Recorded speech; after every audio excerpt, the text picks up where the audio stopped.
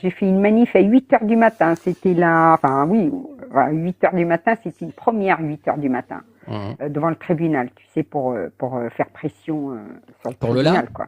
Voilà, pour Lola. Ouais. Mhm. Parce qu'on a vu que la perpétuité a été prononcée contre ce monstre, même si elle soulage une partie de nos cœurs, voilà, de nos cœurs meurtris, même si en même temps elle ne nous rendra jamais Lola.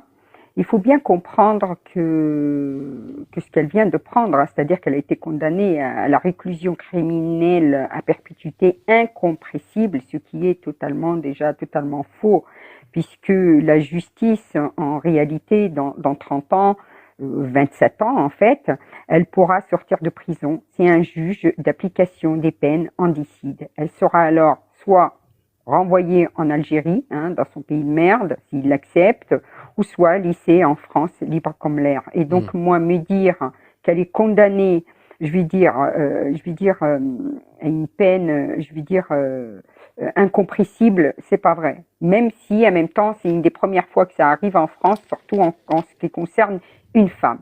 Mais Mhm. dire ça, je trouvais que c'est mentir aux Français, puisque, étant donné qu'elle peut très bien faire une demande de remise de peine dans 30 ans ou dans Mhm. 27 Mhm. ans. On va parler d'un petit sujet qui est rarement évoqué, mais qui, je pense, apporte de la délinquance aussi, et c'est au niveau de l'éducation, donc pas nationale, mais des parents.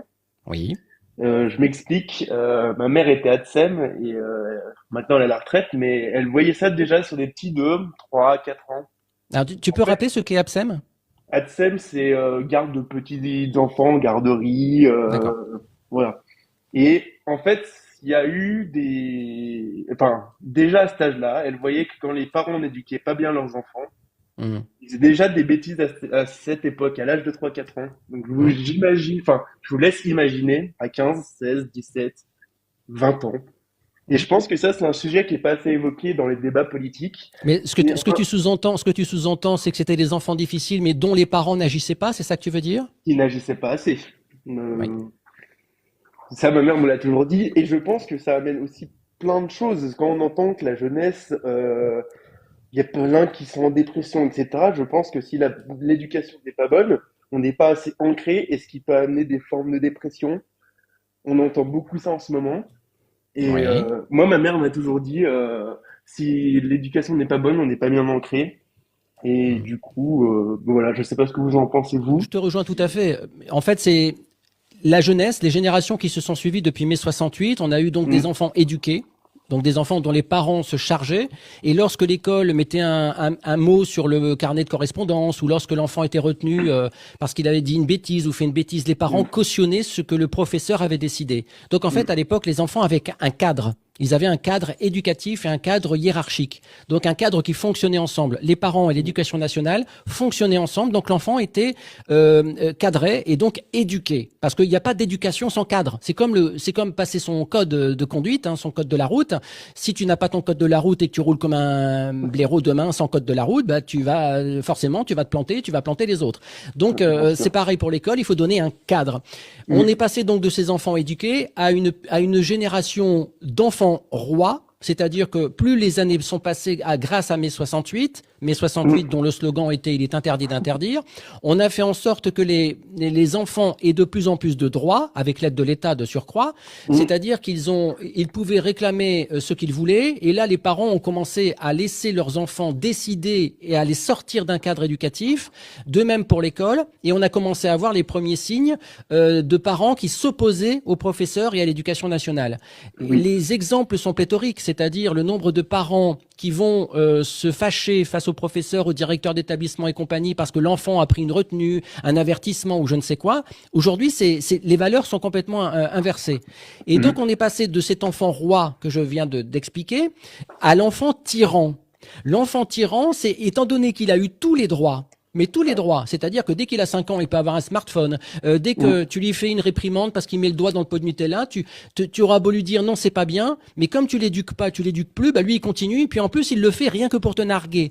Donc on est tombé en fait d'une génération éduquée à une génération enfant roi à une génération Mm. tyran, Et tyrannique. bien, et maintenant, si l'enfant il dit qu'il a pris le PC, mais les parents sont réprimandés.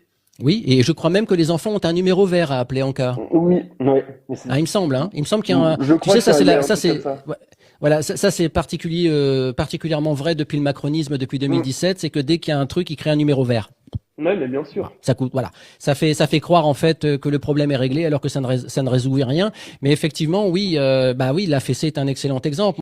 La France, pourtant, c'est une terre chrétienne, que vous le veuillez ou non. C'est une terre de foi.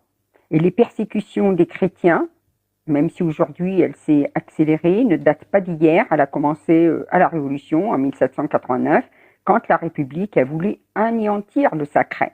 Tout en voulant anéantir le sacré, paradoxalement, elle nous installe une autre idéologie qui n'est pas la nôtre.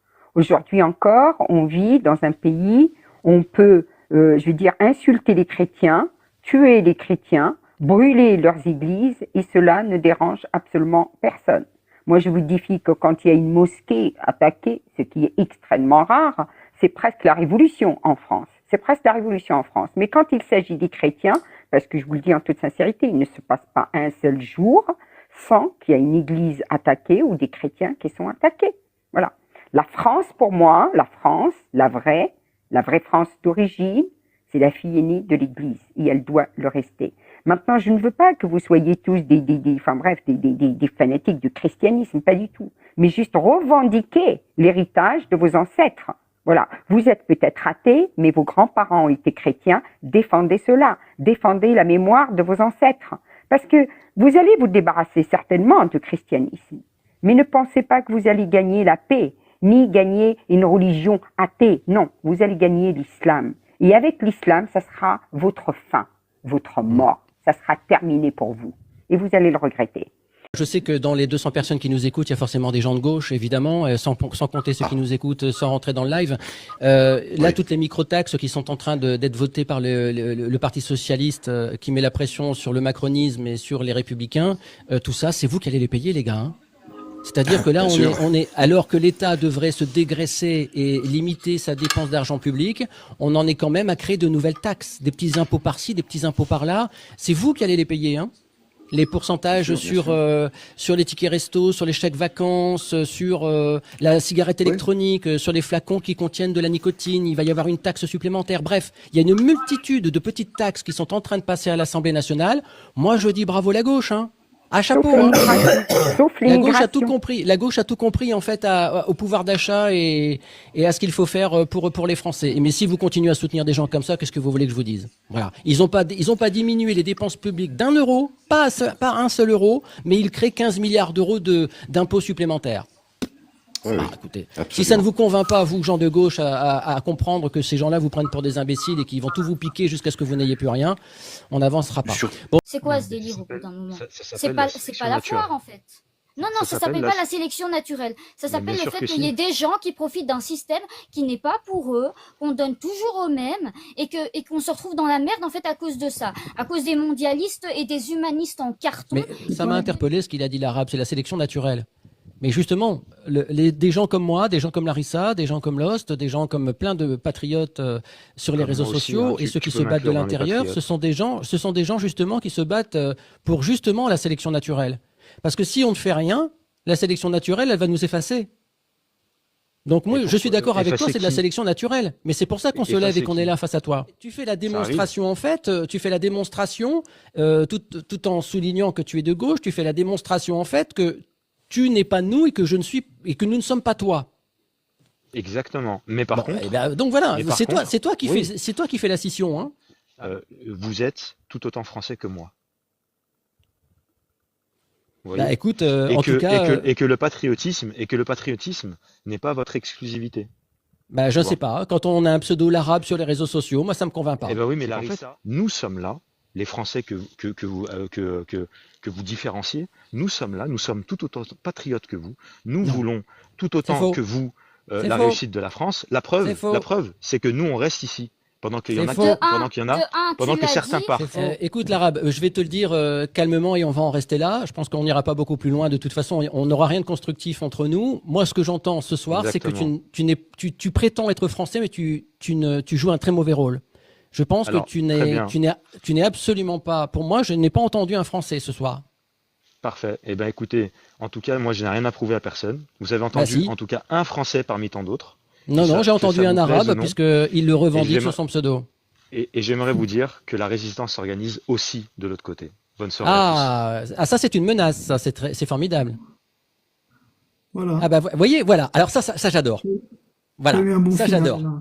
Ça j'adore. Vous l'avez vu en direct, hein, les gars. On est 300, c'est formidable. Ça je vais le reposter, les amis. Hein. Ah ça je vais le reposter. Hein. Ça c'est formidable. Ils sont tous pareils. Je n'ai pas eu le temps de lui dire au revoir. À chaque fois que ce genre de discours d'individus identiques vient ici, ça finit toujours pareil, par une menace et par une disparition soudaine. Mec, l'arabe, c'est fini ton petit jeu. Tu crois que t'as gagné, mais en fait vous êtes une minorité bruyante. La majorité silencieuse, c'est nous, et on est de moins en moins silencieux. Donc organise-toi, t'inquiète pas qu'on fait pareil en face, et on est beaucoup plus nombreux. Il n'y a pas d'extrême droite en France. L'extrême droite aujourd'hui, en tout cas tous ceux qui ont les codes d'extrême droite, en fait, c'est l'extrême gauche. L'ultraviolence, l'antiparlementarisme, etc., c'est pas le RN ni Reconquête, c'est l'extrême gauche. Qui est ultra-violent dans l'échiquier politique avec les militants, etc. C'est l'extrême gauche, avec les antifas de Raphaël Arnaud. Qui va casser de la gueule aux opposants politiques? C'est pas la droite, hein, c'est l'extrême gauche. Donc c'est un code d'extrême droite, de fascisme à gauche. L'antiparlementarisme, quand ils n'ont pas été contents après les dernières législatives il y a 1 an et demi, qu'a-t-il dit? Je crois que c'est Adrien Quatennens, qu'il voulait réunir en fait tous les hommes politiques de gauche pour marcher vers l'Assemblée nationale ou vers Matignon, je ne sais plus. C'est de l'antiparlementarisme. Quand Jean-Luc Mélenchon dit, vous les préfets, quand je serai élu, je vous mettrai en prison, c'est quoi? Vous entendez ça de gens de droite? Vous imaginez si Marine Le Pen disait ça? Vous imaginez si Éric Zemmour disait ça? Vous imaginez si moi, Fred Marseille, militant de droite conservatrice, si je faisais le quart du 10e de ce que font les militants de gauche? Ça ferait la une de partout.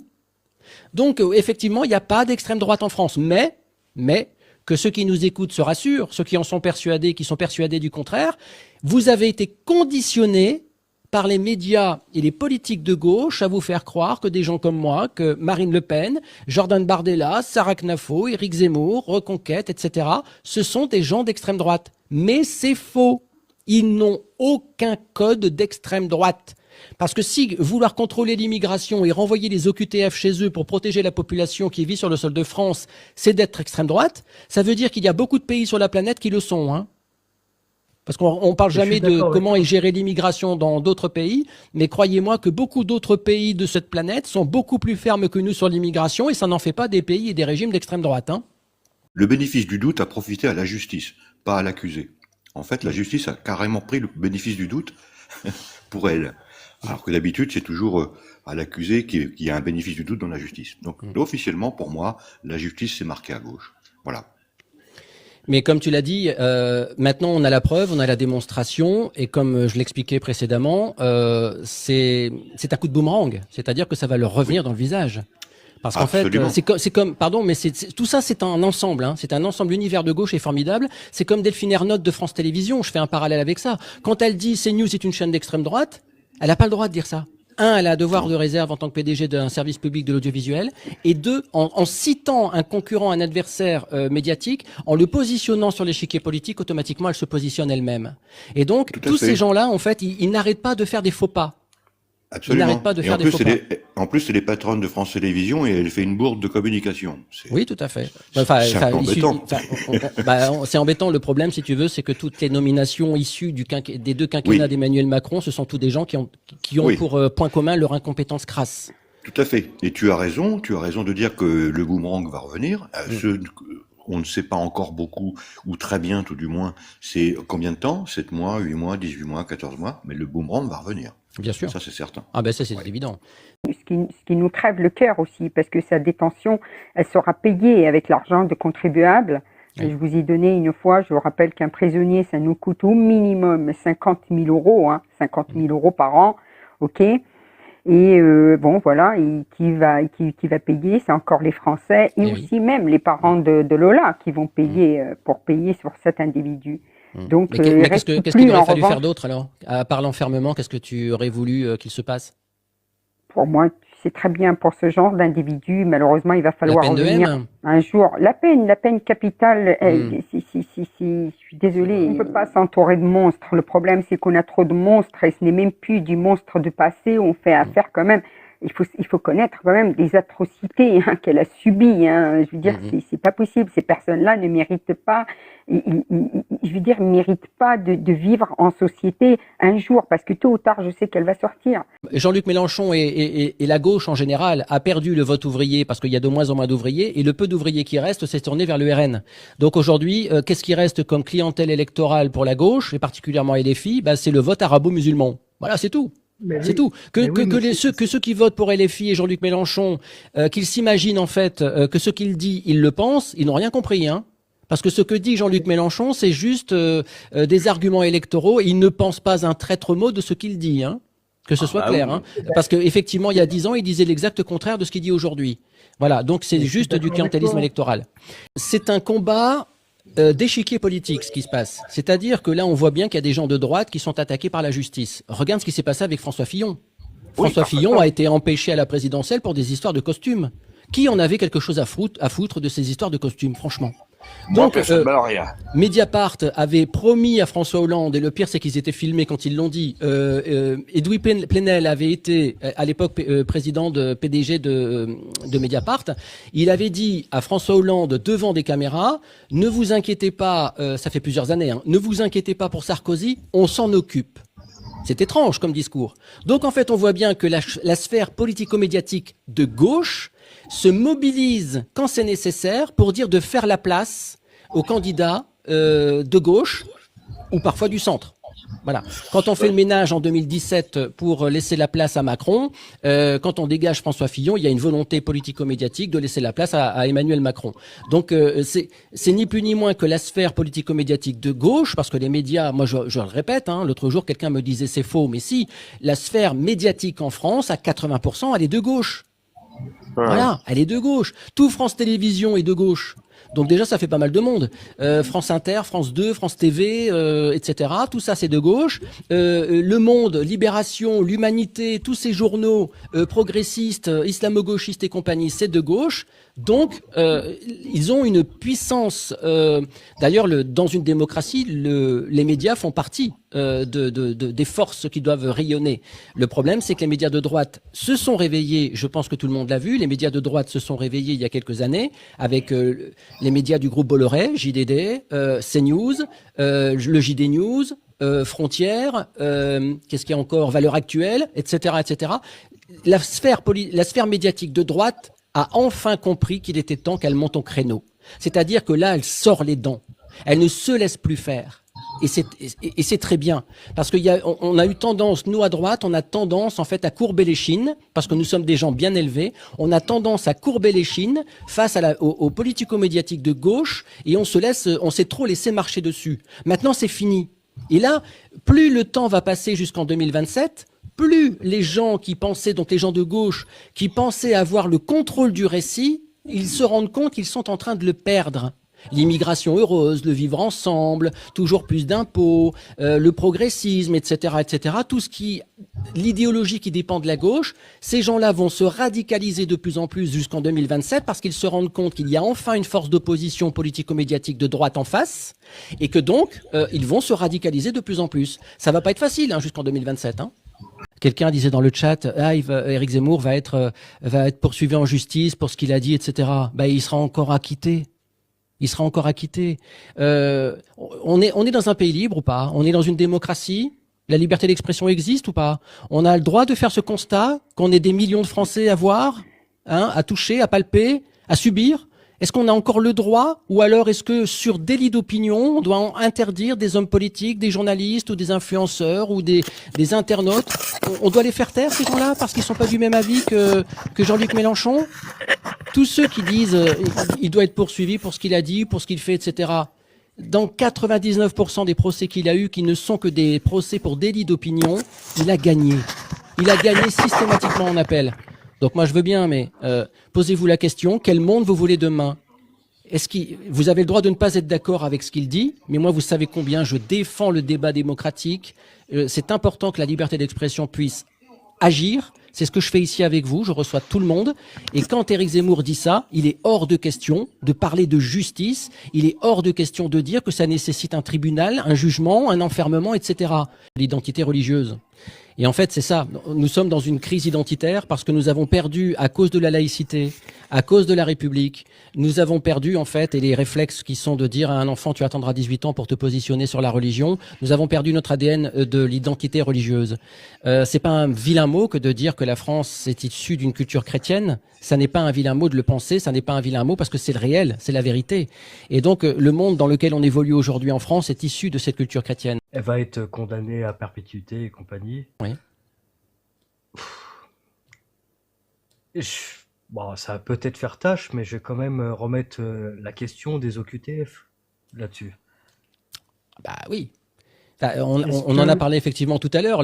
Toute l'origine du problème, Lola serait encore en vie et son père aussi, puisque je rappelle que le père de Lola est décédé de chagrin, parce qu'on l'oublie un petit peu. Mais effectivement, toute la racine du problème, c'est que cette Algérienne, en OQTF sur le sol de France, ne devait pas être en France. C'est ça l'origine du problème. Après, ce qu'elle a fait, je dirais que c'est la suite. Mais si l'État avait été ferme et que les OQTF étaient respectés, et non pas 7%, eh bien oui, elle aurait été dans son pays. Et puis d'autres d'ailleurs, d'autres victimes d'OQTF n'auraient pas été violées, massacrées, etc., etc. Oui, les OQTF, le laxisme politique tue. Et l'idéologie de gauche tue. C'est évident. C'est évident. Donc, oui. Réveillez-vous Français, il est temps. Le drapeau bleu, blanc, rouge, la croix qui a fait notre histoire et la grandeur de la France, la France fille aînée de l'Église. Il est temps que nous nous réveillions et il est temps que vous puissiez reprendre le contrôle de cette situation. Vous n'êtes pas seul. Vous n'êtes pas seul. Moi, je suis ravi de voir quand je swipe sur TikTok et sur différents réseaux, je vois le patriotisme qui se multiplie, les intervenants qui se multiplient, des gens qui assument le trop-plein d'immigration, l'insécurité, etc. Vous n'êtes pas seul. Il faut plus avoir peur de dire les choses. Il faut les dire haut et fort. Il ne faut pas avoir honte de votre drapeau. Le drapeau, c'est aimer le drapeau français, ça n'est pas être facho. Il faut sortir aussi de ce dogme qui nous a fait croire et qui a conditionné les gens à imaginer que ce drapeau était le drapeau du Rassemblement national. Non, c'est le drapeau de notre pays. Voilà, donc c'est le drapeau de notre pays. La France est un grand pays, a une grande histoire et c'est à nous de le préserver et je dirais même aujourd'hui de le sauver. Du côté chrétien, il y a quelque chose, dans un verset quelque part, on dit « tendre l'autre joue ». Tendre l'autre joue, je crois que l'époque est finie. C'est surtout ça qui se présente. Ben oui. Parce que c'était un des aspects entre guillemets d'une faiblesse chrétienne. Pardon et tendre l'autre joue. Je crois que tendre l'autre joue, c'est terminé chez les chrétiens. C'est terminé parce qu'ils ont peut-être compris qu'ils n'avaient que 2 joues, si tu veux. Donc à un moment donné, c'est ça. Ils en ont plus à tendre. Il n'y a plus d'autres joues à tendre. Exactement. Voilà. Non, je dis pas n'importe quoi, Yacine. Non, Yacine, je dis pas n'importe quoi. Non. Je sais que vous êtes toujours, je réponds à quelqu'un dans le chat, pardonne-moi.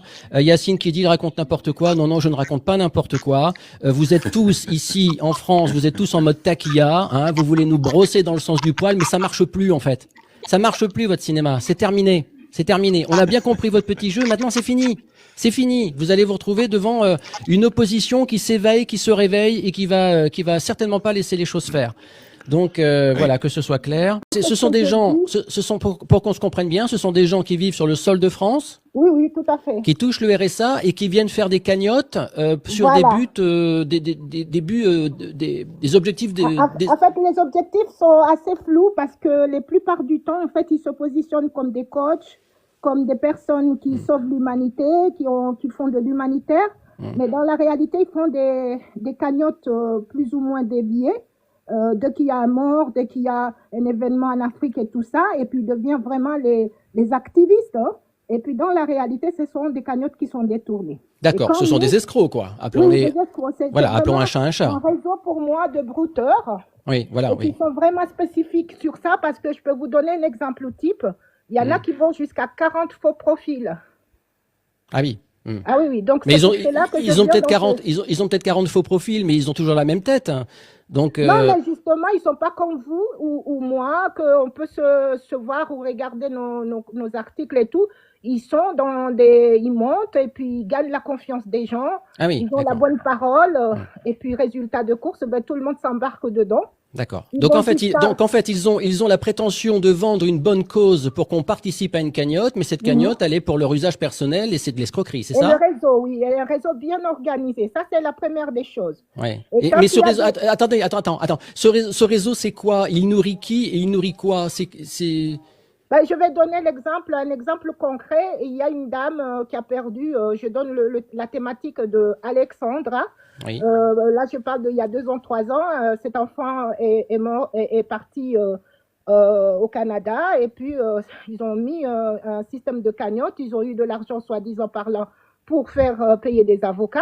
Et ils ont gagné beaucoup d'argent, plusieurs argents. Il y a les cagnottes officielles qui peuvent aller jusqu'à 26 000 $, 26 000 euros, et d'autres qui peuvent aller jusqu'à 1 million parce qu'il y a des dépositations fermées. Et à partir de là, ils disent payer des avocats et plus rien. Ils se sont partagés les cagnottes avec la maman de la victime pour après revenir encore cette année, soi-disant c'est la date d'anniversaire, refaire une cagnotte. Vous voyez, ça c'est l'exemple concret. Bon, et avant que tu poursuives, quel conseil pourrais-tu donner aux personnes qui nous écoutent? Quel conseil pourrais-tu donner pour pas tomber dans le panneau? Eh bien, déjà, première des conseils, je pense que quand il y a ce genre de choses, il ne faut pas s'embarquer directement parce que c'est la même chose que la fameuse dame qui est partie rencontrer ce monsieur en Côte d'Ivoire. Et puis, franchement, quand vous sentez les ruses, dénoncez sur Pharos. D'accord. Vraiment. Ça, c'est une des choses que moi, je le fais directement. Et puis, nous, les ONG, en tout cas, moi, j'ose monter et leur mettre un peu les réalités en face. Mais est-ce que ce sont les mêmes individus qui font ce que tu dis ce soir? Est-ce que ce sont les mêmes individus qu'on appelle en France des brouteurs, c'est-à-dire qu'ils vont se faire passer pour des amoureux de femmes célibataires françaises ou européennes, ils vont leur vendre monts et merveilles en leur disant qu'ils sont amoureux d'elles au détriment de leur portefeuille. Est-ce que ce sont les mêmes individus? C'est la même Alors moi je pense qu'il y a plusieurs secteurs. Il y a ceux qui font ce rôle-là, il y a ceux qui se positionnent comme des sauveteurs, c'est-à-dire des humanistes. Il y a ceux aussi qui vendent des rêves. Quand je dis vendre des rêves, c'est de proposer des services de soins thérapeutiques, praticiennes, etc. Et ça fait tout un méli-mélo d'histoire. Mais là où je mets indexé, c'est là les gens qui vont utiliser le départ de quelqu'un où il y a même des familles qui sont eux-mêmes victimes parce qu'ils ne savent pas comment amener leur dépouille, comment faire leurs funérailles et qui comptent beaucoup sur cette cagnotte, mais peut-être qu'ils vont leur donner, mais pas tout.